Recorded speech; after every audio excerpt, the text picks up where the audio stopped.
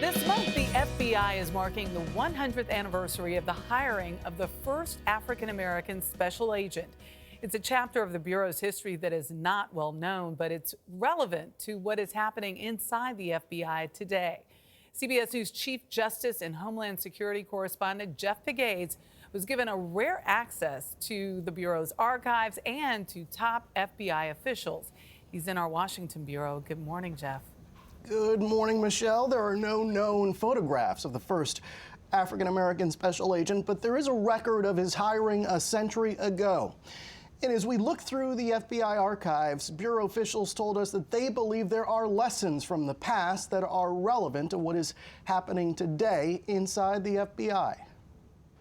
Inside FBI headquarters in Washington is an archive room filled with hundreds of thousands of documents in this lone application for the job of special agent.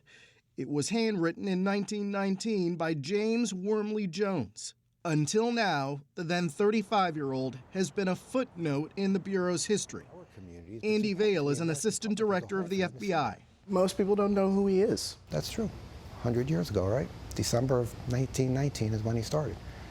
He was a son of a slave, Washington Metropolitan Police officer, World War I veteran.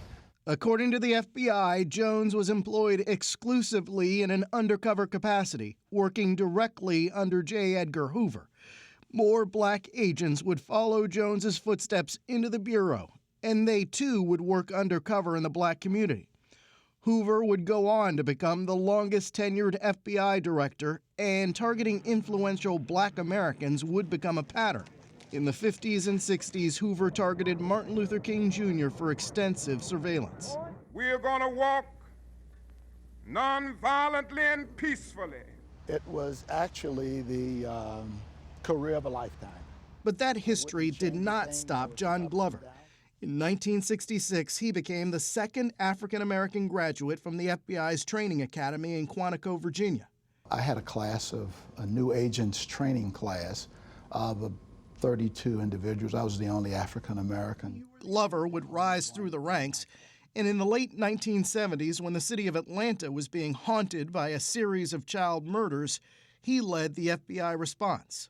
I think for the black community, it was kind of satisfying to see an African-American man up in front, in charge.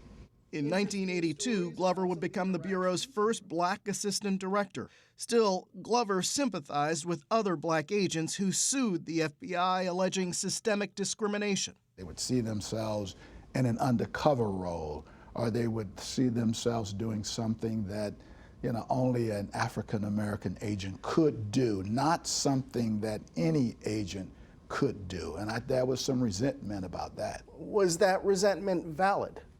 I think so. Today, less than 5% of FBI special agents are black. A diverse FBI will be a more effective FBI. Voviette Morgan of the Los Angeles field office is the only female African-American special agent in charge. I don't think in the African-American community you think about, ooh, I want to be an FBI agent. Yeah. And I hope that changes. I do want little girls that look like me to have this as a very viable option, to desire it, to want it. Andy Vail says current FBI Director Christopher Wray has made recruiting people of color a top priority. In order for us to be successful, I think we need to be reflective of the communities that we're sworn to protect and serve. This month at the Newseum in Washington, the FBI recognized James Wormley Jones and other African-American special agents. The Bureau is looking ahead to the future and acknowledging its past. We have to own it, and we have to ensure that it doesn't repeat itself, and we have to have everyone in like mind on that as we move forward. New FBI agents visit the Martin Luther King Memorial in D.C. and study Hoover's policies toward King. FBI officials say that it provides a lesson on what happens when power is abused. Jeff Pegues, thank you. A fascinating piece, an important piece. Thanks for coming in, Jeff. Really eye-opening to hear that number. Less than 5% of FBI agents are African American. Yeah, it'd be interesting to hear how many beyond the African American community are now a part of the Bureau. How many Asian Americans, Muslim Americans? I mean, because the net should be wide. I think Chris Wray is focusing on that right now, as Jeff pointed out there.